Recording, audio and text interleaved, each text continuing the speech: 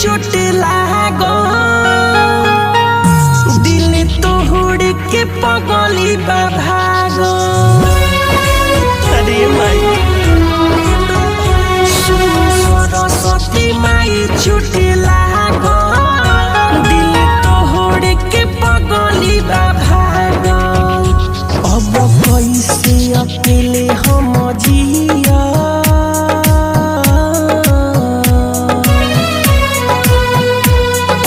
कैसे अकेले हम जियब राते राते भर रहतनी जाग। सुनी सरस्वती माई चोट लागो दिल तोड़ के पगली भागो। डीजे मनीष रक्सौल।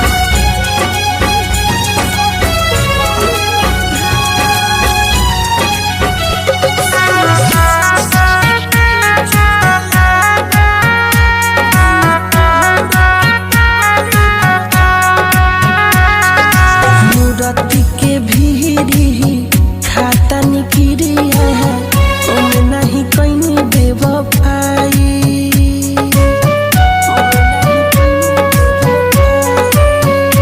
अरे पहिले तब ठीके रहे अब हो गईली हर जाई। लोरे अखिया बहावता बे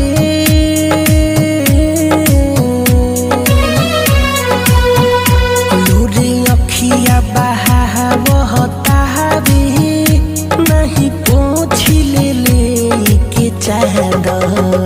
सुनी सरस्वती माई चोट लागो दिल तोड़ के पगली भागो।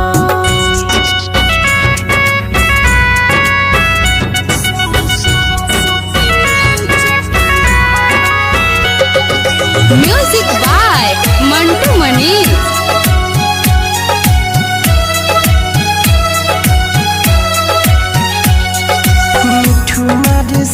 से छले के गईली कावना बोरी।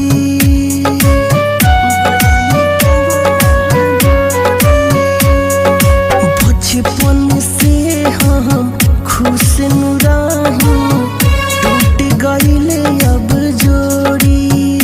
जानता बे मनीष संजय सराबी